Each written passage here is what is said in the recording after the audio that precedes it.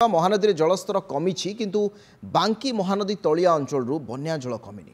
बांकीर बिलीपड़ा तालबस्त रास्ता उपर 1.5 फुटर बन्या जल एवं प्रवाहित होउछि। हेक्टर हेक्टर चाष जमी जलमग्न हो पड़ी। अनेक चाष जमी पानी माड़ी फसल नष्ट होइछि। सेपरि भाव में धान करज करी चाषी मान करथिले धान चाष फसल नष्ट हेबारु चाषींकर चिंता बढ़ी जाइछि। दुईटी विजुआल्स गोटी होउछि रास्ता उपर पानी अन्यटी होउछि चाषी एवं ए प्रसंग में गुरुत्वपूर्ण कथा जे फसल हेक्टर हेक्टर चाष जमी नष्ट होइछि ताकू किभଳି भरणा करा जिवो। बांकीर बिलीपड़ा तालबस्त रास्ता आपण देखुछन दृश्य केते पाखापाखि 1.5 फुट 2 फुटर पानी श्री प्रवाहित होउछि। तो एकर सीधा बाटो नै न एकर सीधा बाटो ए गछ ना एते पानी बुडी घंटा पानी हो तेज बांकीर चित्र आपड़ देखिपुंट गतकाली चाषी मैंने जहाँ कहते कि पानी कमिवाई आउरी 3-4 दिन लगे किंतु एबे भी पानी रही पाखापाखि 1.5 फुट 2 फुटर पानी रही। रास्ता कथा कहतु चाष जमी कथा कहतु धान चाष पनीपरिया चाष सबकि नष्ट होती चाषी मानकर से क्षति सहूचंती कहीं जो समय को से अपेक्षा करते अमलर समय परिबापत्र जितेबाला अमल होबार समय रही ठीक से समय महानदीर बन्या जल माड़ी जाइए चाष जमी भितर संपूर्ण भाव से पनीपरिया नष्ट हो जाए धान फसल पनीपरिया सबकि बन्या जल बुड़ी रही चाषी मैंने चिंता रही कि किभली भाव से भरण पोषण चलो जो भाव से अपेक्षा करते अमल समय को किंतु से समय बन्या आसबार से क्षति सही धान पनीपरिया फसल नष्ट होइछि। बांकीर ये चित्र आप देखिपुंट वर्षा और बन्या उजाड़ी देछि सुनार फसल। ए संपर्क में आमको अधिक सूचना देउछंती आम बांकी प्रतिनिधि तापस। बांकी अंचल जलस्तर कमुची हेले बढ़ुची चाषी दुर्दशा कहीं बांकी एक चाष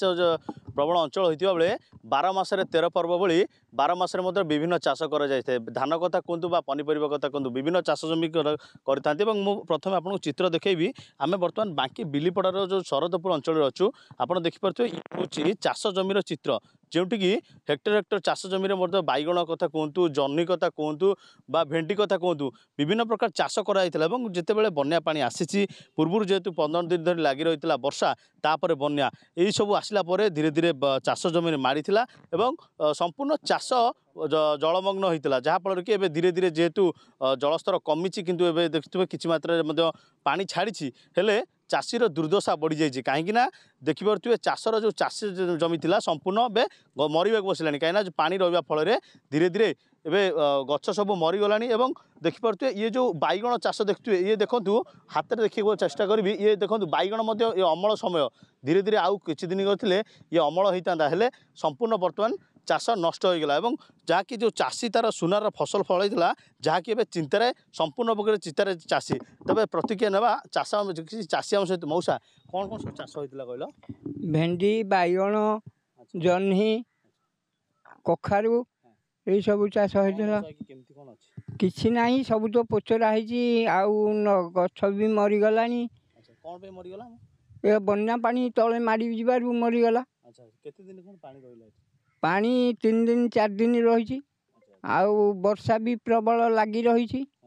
जो मरी शुणुले वर्षा और बन्या पानी लगी रही है जहाँफल कि चाष जमी जमी द्वारा गछ सब मरवा बसला मौसा कौन कौन सब चाष होता कहले भेंडी जह्नी बैगण धान लंका कखारू प्रत्येक जिनस होता कौन अच्छी सब तो मरीगलानी बन्या पानी आसला बन्या पानी दे सब बुड़ी की नष्ट हो गला चाष जमी क्षति कृषि विभाग आसला नाई नाई कहीं आसी ना ये केते दिन आपन चाष जमी बिल पानी मारथिला सी आज की हो गलानी 7-8 दिन खंडे बिले रहा 5-6 दिन खंडे ये 2 दिन है पानी तलू टे खसी बिलू दुर्दशा बढ़ी आज्ञा कौन केमती करिवे केमती कौन चाष करथिलो कौन चाष करथिलो आउ तो किसी उपाय नहीं गछ तो सब मरलानी आउ जहाँ लोन फोन करके करथिलु आ से तो आउ सुझी पारिया भलिया नहीं आ फसल तो नहीं सब गला कौन करू केवल चाष ना ना आउ किसी आपनकर उपाय अछि नाई हमर आउ किसी नहीं चाष केवल चाष रे आपनकर प्रतिपोषण आज्ञा गुजरान मेंटानी आज्ञा अच्छा शुणुले चाषरू से गुजरान मेंटाउथिले एवं निजर परिवार प्रतिपोषण करथिले मौसा कौन कौन सब चाष होइछि कहलो बैगण कखारू भेंडी जह्नी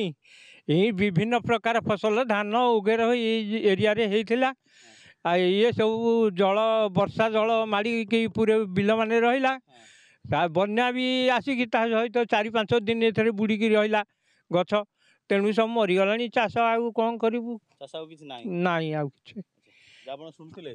ବର୍ତ୍ତମାନ ଚାଷ ସମ୍ପୂର୍ଣ୍ଣ କ୍ଷତିଗ୍ରସ୍ତ ହୋଇଛନ୍ତି ଚାଷୀ ଏବଂ ଯେମିତି କହିପାରିବା ଯେଉଁ ଚାଷ ଜମି ବର୍ତ୍ତମାନ ସମ୍ପୂର୍ଣ୍ଣ ଉଜୁଡ଼ି ଯାଇଛି କାହିଁକିନା ଯେତେବେଳେ ବନ୍ୟା ପାଣି ଆସିଥିଲା 5ରୁ 7 ଦିନ ଏହି ଚାଷ ଜମିରେ ଜମି ରହିଥିଲା ଯାହାଫଳରେ କି ଯେଉଁ ଚାଷୀ ଚାଷ କରିଥିଲା ତାହା ବର୍ତ୍ତମାନ ସମ୍ପୂର୍ଣ୍ଣ ନଷ୍ଟ ହୋଇଯାଇଛି ତେବେ ଅପରପଟେ ମଧ୍ୟ ଚାଷ ଜମିକୁ ମଧ୍ୟ କୌଣସି କୃଷି ବିଭାଗ ଆସିନଥିବା ଚାଷୀମାନେ ଅଭିଯୋଗ କରିଥିବା ବେଳେ ଖୁବ୍ ଶୀଘ୍ର ତାଙ୍କୁ ସହାୟତା ଯୋଗାଇ ଦେବାକୁ ଦାବି ହେଉଛି ବାଙ୍କୀ ବିଲିପଡ଼ା ଅଞ୍ଚଳରୁ ତାପସ ଜେନା ନନ୍ଦିଘୋଷ ଟିଭି।